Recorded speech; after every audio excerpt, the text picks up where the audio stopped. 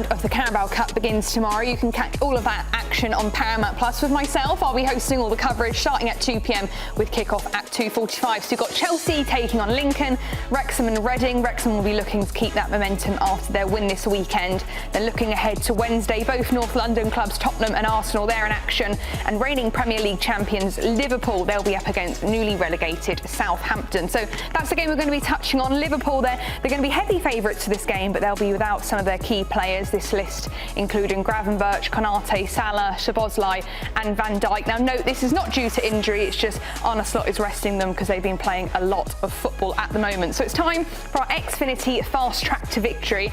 Let's talk about this Liverpool side and Carabao Cup, because JD, with the Carabao Cup, it's all about depth. I mean, there's so many games in the season, so it's who's going to be playing in the midweek. When you're looking at Liverpool, you've seen those players that are out, not due to injury, but just resting. Who do you think will be playing for Liverpool against Southampton this week? I'm expecting 11 changes, to be honest. I know you maybe highlighted some of the key factors, and a lot of those players, especially when you look at Konaté and those, they have to manage their minutes because of their injury history. But this right here, I mean, we're still spotted for choice. It's still a great 11, You still have over 250 million in terms of the British transfer record in both your number 9 position and your false 9 position. So really and truly, what have we got to complain about? Internationals riddled throughout, both Jones and Endo in the middle of the park. I mean, Robertson's been a key part of their whole squad for a long while. So when I look at this whole team, and including Chiesa, who probably want to establish himself back in not only the international fold, but back into the manager's first selection, what have Liverpool got to complain about? You're playing against a Southampton team that you know is bereft of confidence right now, struggling in terms of in the Championship. Will still trying to find his rhythm and what his best selection is, and whether or not they'll have to make changes. Just Tuesday, Saturday. But I expect Arne and a lot of these players to want to make statements, especially the British transfer record, ladies and gentlemen, and Alexander Isak, who should be wanting to leave from the start. Will still struggling. I like the way that you did that right there. I want to talk about Florian Wirtz, though, because this is a player that I'm wondering if the pressure is going to start to mount a little bit. Maybe it's quiet because Liverpool just keep winning, even if he's not producing right now. But, JD, how important is it for him to use this as an opportunity to get himself going with the side? I mean, reps, opportunity to find himself a rhythm, and also understanding with his teammates. That's always been the question mark. The industry, the work rate, what he does on and off the ball has never been a question mark when you talk about Florian Wirtz. That's why they paid all of that money. It's the other part. This is all they want to see. This is how lazy fans and how you get narratives and conversations away from you, because they want to see goals, they want to see assists, they want to see chances created. You're at home, you're against a team that you know is going to sit in, you're going to get a lot of touches, a lot of ways to manipulate the ball and dictate this team. This is an opportunity for Florian Wirtz to announce himself to the Liverpool fans. So you're saying that he's going to play and get that confidence? I mean, if he was to get a couple of goals, it would boost his confidence going into the Premier League then? All of a sudden, it's like the question marks around, is he a flop, or 007, as these kids love to put on X nowadays. All of that goes out of the window because he just wants one. Once you get started, once you get one underneath your belt, you'd be surprised how quickly you could develop a rhythm. Let me be the lazy guy, though, because the 0 goals is one thing, but the 0.8 XG, I don't know how big of an XG guy you are, but that means he's not getting chances, right? How much of that is the guys around him understanding the way he plays? How much of that is him understanding how to play in this system? I think sometimes we give so much credit to players when they make this big move, or we criticise them as well. But what comes with it is having to develop and understand the timings of all of your teammates. He knows the pressure's on him because he is the dictator of this team. He's a number 10. A lot of people are looking for you to come and make an instant impact. Not only is he having to get used to all of the attacking players around him, he now has 3 new attacking players that he wouldn't be necessarily training with from a tactical perspective on the training ground with every day. So this relationship here is the focus of everybody, right? Isak converts. Everybody wants to know what they're going to do together. That has to be the focal point. If I'm Arne Slot, I'm building everything so that those two can have an opportunity to flourish and succeed. With Liverpool, I mean, they're contenders for every competition they're playing in. Premier League, Champions League, Carabao Cup, FA Cup. Nate, they got to the final last year, lost 2-1 against Newcastle. They're kind of coming into this competition with a bit of vengeance on their back. How important is it for them to get a result? And obviously, it's Southampton, so they're heavy favourites going into it, but pushing on for the entire competition throughout the whole season. How important is it?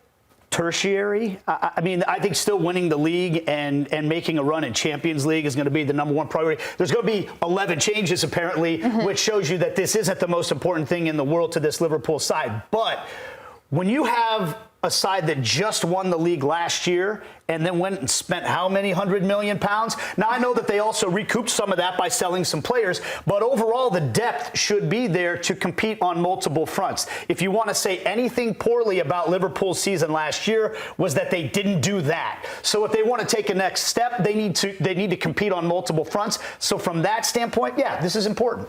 Let's talk about Will Steele as well, Southampton manager. You mentioned him earlier on. They haven't had the best start to the season. They beat Wrexham their first game of the season, but since then they haven't been able to win in the league, but they've obviously done well in the Carabao Cup to get here.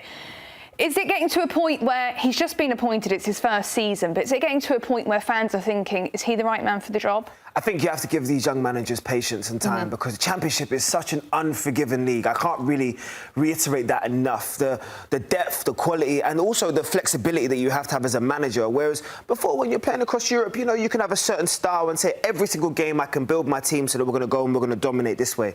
Tuesday to Saturday, you could be playing an opponent that's going to play super direct, super physical, and on Saturday, then all of a sudden you're playing against a passing team that wants to dictate and push you into their own third. I think he's learning a lot about his coaching experience right now, and you'll see it within the results. The games where they should win, you know, the Norwiches, the Northamptons, of course, naturally that's in the Cup, and of course Wrexham, they're dominating. It's these other games. Ipswich, you know they're going to play football. Then you adverse against Stoke, which is the complete opposite style of a game of football. Portsmouth, Hull, Watford, they're all different types. So it really, what this type of manager will actually have to learn in terms of Will Steele is, yes, I have a squad of players, but what can I get the best out of them in terms of tactical flexibility? Will they understand the difference between a Watford and a Norwich in terms of how they have to perform? But this is a different type of game for him. This is a free hit. This is what you call an opportunity for these type of players who are playing in the Championship to establish themselves. Double D that you see there on the end, because the American fans will know exactly what I'm screaming about. These are the games where you can announce yourself as not only just as a cult hero, but as a bigger name. Can I play in the Premier League? Can I go on to do bigger things? And one name I will bring up is, do you remember Jermaine Beckford? What he did in the FA Cup years ago? We still talk about him to this day. He's still a legend in a Leeds shirt because of the sheer fact of not only his post-match interview, but these cup competitions. They remind them exactly who they are and what they can do on the highest level. Double D, Damian Downs, just in case you didn't know who he was referring to there, but an opportunity for a guy like that to put his name on the map. And as Bob Dylan used to say, when you ain't got nothing, you got nothing to lose. And that's where Southampton are in this situation. OK, we're going to move matches now to Wolves-Everton. Wolves manager Vítor Pereira has just been given a 3-year contract extension. Fans might be questioning why, because they haven't even put 1 point up on the board in the Premier League. Why do you think that is, JayDee? Stability. Hold on to what we can. A bit of, like, I mean, I feel sorry for him. And I've said it in the pre-season. I said it again in the Premier League as we're in the He's the most...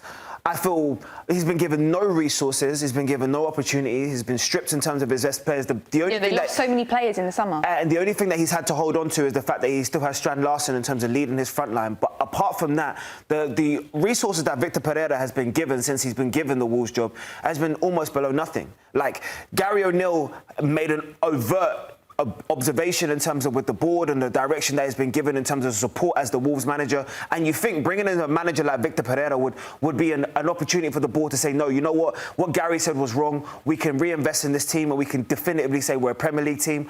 Unfortunately, he hasn't been given any support. So what do you do in that situation? You can turn your back on your manager, or you could say we're going to double down, and regardless of this season, we trust in your philosophy, trust in your theory, and we trust in you as a manager. But I feel sorry for him because he really is berate in terms of resources.